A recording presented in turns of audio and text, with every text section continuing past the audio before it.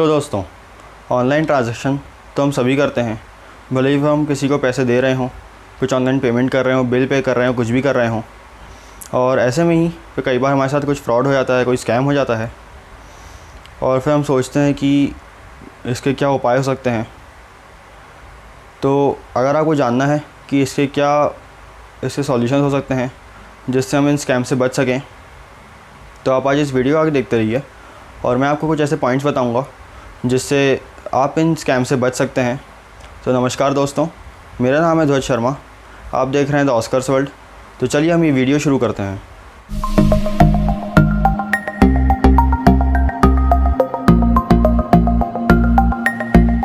तो दोस्तों, अगर हम इन सॉल्यूशंस में फ़र्स्ट पॉइंट की बात करें कि कैसे आप इनसे बच सकते हैं, तो वो ये है कि अगर आप कोई अननोन कॉल देखते हैं, अगर आपके फ़ोन पे कोई अननोन कॉल आता है जो कि आपने एक्सपेक्ट नहीं किया होता है और फिर आप उसको उठाते हैं, वो आपसे बोलते हैं कि वो अगर आपके बैंक से बोल रहे हैं, या कई बार हो सकता है कि वो आपसे बोल रहे हो कि आपने कोई ऐप इंस्टॉल किया था और उधर से वो लोग बात कर रहे हैं। तो ऐसे कोई भी कॉल्स को ज़्यादा देर आप उनसे बात मत करिए और उनको कोई भी पर्सनल डिटेल मत दीजिए, क्योंकि कई बार ऐसे जो कॉल्स रहते हैं वो स्कैम रहते हैं। हो सकता है कई बार सही भी हों, लेकिन अगर बैंक वाले अगर आपको कॉल करते हैं तो आपको जनरली यही बोलते हैं कि आप उनको बैंक में आके मिलिए, उनके ब्रांच में आके मिलिए। और अगर आपसे कोई ऐसे ऑनलाइन या फ़ोन पे कोई ऐसे डिटेल मांगता है तो उसको बिल्कुल ना कर दें और ऐसे फ़ोन से बिल्कुल बचे रहें। और इसके बाद अगर हम नेक्स्ट पॉइंट की बात करें तो वो ये है कि अननोन कॉल, वो भी अननोन कॉल के बारे में ही है, लेकिन ये है कि अगर आपने कोई अननोन कॉल एक्सपेक्ट किया होता है कि मान लीजिए आपने कुछ ऑर्डर किया था जो आपके घर पे आने वाला है और ऐसी कोई चीज़ आपको फ़ोन आता है जिसका आपने एक्सपेक्ट किया होता है कि वो आपको कॉल करेंगे, तो उनसे बात करिए, लेकिन उधर भी आप संभल के रहिए। कोई आप पर्सनल डिटेल उनका ना भेज दीजिए या उनको कोई ऐसी पर्सनल उनको कोई चीज़ ऐसी ना बता दें जिससे वो आपके साथ स्कैम कर सकें। तो ऐसी चीज़ों से बच के रहिए। और एक और इसी से रिलेटेड बात ये है कि आप कोई भी जो पिन शेयर करते हैं तो वो ना करें। मान लीजिए कि आप किसी को, अपने घर वाले को ही पिन शेयर कर रहे हैं, आपके UPI ID का है या आपके किसी कार्ड का है, क्रेडिट कार्ड का है या डेबिट कार्ड का है, तो उसको ऐसे कभी फ़ोन पे शेयर ना करें, क्योंकि हो सकता है कि कोई आपका फ़ोन मॉनिटर कर रहा हो या कुछ भी ऐसा हो सकता है, कोई आसपास से सुन ले। तो ऐसे उसको ऑन अ कॉल कभी ऐसे शेयर मत करें, क्योंकि ऐसे में चांसेस बढ़ जाते हैं कि कोई आपके साथ स्कैम कर दे। और इसका अगर हम नेक्स्ट पॉइंट की बात करें तो वो ये है कि अगर आप कभी बिल पे करते हैं तो जो भी आप ऐप यूज़ करते हैं या जो भी आप वेबसाइट यूज़ करते हैं, तो वो आप देख लीजिए कि वो जेन्युइन है या नहीं है, क्योंकि कई बार ऐसी वेबसाइट्स होती हैं वो जो स्कैमर्स होते हैं वो बना लेते हैं, और जो एक्चुअल जो वेबसाइट होती है बिल्कुल उससे मिलती जुलती वेबसाइट बनाते हैं ये लोग। तो इसलिए आप कई बार हो सकता है आप पहचान ना पाएँ कि असली है या कोई फेक वेबसाइट है। तो अगर आप ऐसी कोई वेबसाइट को यूज़ करते हैं तो उसको आप बुकमार्क कर लीजिए। ये भी एक आप अच्छा पॉइंट आप इसको गिन सकते हैं कि अगर आप कोई वेबसाइट है जिसका आप रेगुलरली यूज़ करते रहते हैं, भले आपकी फिर बैंक की हो या कोई ऑनलाइन ट्रांजैक्शन के लिए हो, तो उसका आप बुकमार्क करके रख लीजिए, क्योंकि हो सकता है कई बार कोई ऐसी मिलती जुलती वेबसाइट किसी स्कैमर ने बना के रखी हो और आप उसके नाम को पढ़ने में कभी कोई दिक्कत कर दें, तो आप कोई गलत वेबसाइट खोल लें, तो उससे फिर हो सकता है कि आपके साथ स्कैम हो जाए। और एक और बात ये कि अगर आप कोई ऐसी वेबसाइट को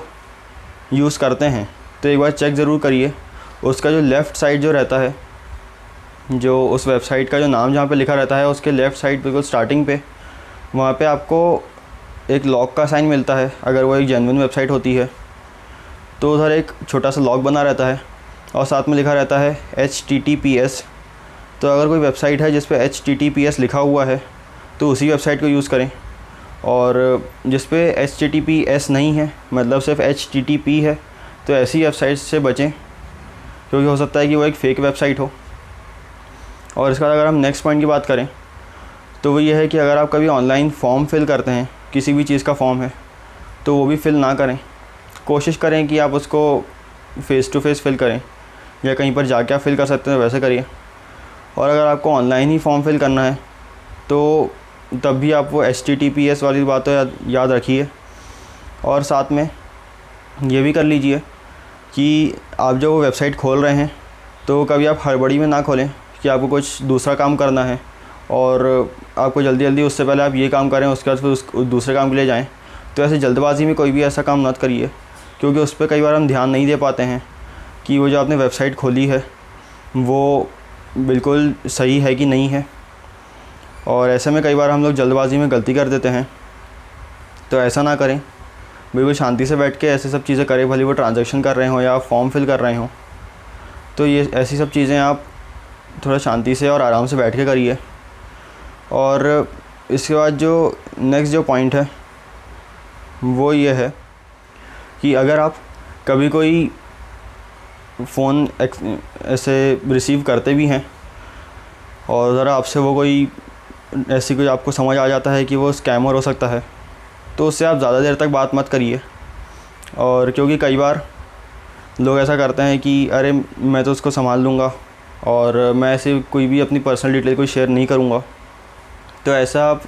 ओवर स्मार्ट बनने की कोशिश ना करें, क्योंकि हो सकता है कि आप ऐसे कोई गलती से कोई ऐसी बात बता दें जिसका वो स्कैमर इंतज़ार कर रहा हो, और उसके बाद फिर वो आपके जो भी पर्सनल डिटेल है उसको सब निकाल दे वो, या कुछ भी आपके साथ स्कैम कर दे वो। तो ऐसे बहुत देर तक किसी से बात मत करिए। अगर आपको जैसे ही समझ आता है कि वो कोई स्कैमर है तो आप उससे बात करना बंद कर दें और उसी वक्त आप फ़ोन डिस्कनेक्ट कर दें। और उसका अगर हम नेक्स्ट पॉइंट की बात करें तो ये है कि कई बार ऐसा होता है कि आपको कभी हो सकता है ईमेल आए या आपको कोई मैसेज आए जिसमें कोई लिंक दी गई हो कि ये ऐप है या ये वेबसाइट है या ऐसी कोई फ़ाइल है जिसका आप अपने फ़ोन में डाउनलोड कर लीजिए और वो सिक्योरिटी पर्पज़ के लिए है। तो ऐसी कोई भी चीज़ इंस्टॉल ना करें या डाउनलोड ना करें, क्योंकि मैक्सिमम टाइम वो स्कैम हो सकते हैं। और अगर ऐसे कोई मेल आते हैं तो आप उनको डिलीट कर दीजिए, क्योंकि ऐसे जो ईमेल्स रहते हैं या मैसेजेस रहते हैं वो स्कैमर्स के रहते हैं। और हो सकता है वो आपको मैसेज करें कि ये आपकी बैंक की तरफ से है, इस पर क्लिक करके कोई आप ऐप डाउनलोड कर लें, या हो सकता है आपसे बोलें कि ये एक अच्छा सिक्योरिटी ऐप है उसका आप डाउनलोड कर लें। तो ऐसे एकदम से उसको क्लिक मत कर लीजिए, क्योंकि हो सकता है कि वो आपके फ़ोन को कुछ वायरस डाल दे आपके फ़ोन में, या कोई मेलवेयर डाल दे जिससे वो आपका फ़ोन टैप कर सके और आपकी सारी जो प्राइवेट डिटेल्स हैं वो आपको सारे ले सके। तो ऐसे कोई भी लिंक पे क्लिक मत करिए। और एक और पॉइंट ये है कि हमें से ज़्यादातर लोग ऐसे कोई ऐप रखते ही हैं जो कि कॉलर आईडी होती है, और भले फिर वो ट्रू कॉलर हो या उससे कोई मिलता जुलता ऐप हो, तो उस पर बिल्कुल आंख बंद करके विश्वास ना करें, क्योंकि हो सकता है कि सामने वाले को किसी ने स्पैम रिपोर्ट ना किया हो या कोई नया नंबर यूज़ कर रहा हो वो, या हो सकता है कि उसने कभी आपको कॉल किया और आपका कोई दोस्त का नंबर या दोस्त का नाम भी वैसा ही हो। तो उस पर आंख बंद करके विश्वास मत करिए। अगर आप ऐसे कोई फ़ोन एक्सेप्ट करते हैं, कोई रिसीव करते हैं ऐसा फ़ोन, तो उससे एक बार देख लीजिए कि वो सही में आपका जान पहचान का है या नहीं है, या हो सकता है वो आपके साथ कोई स्कैम कर रहा हो। तो ऐसे अपनी कॉलर आईडी पे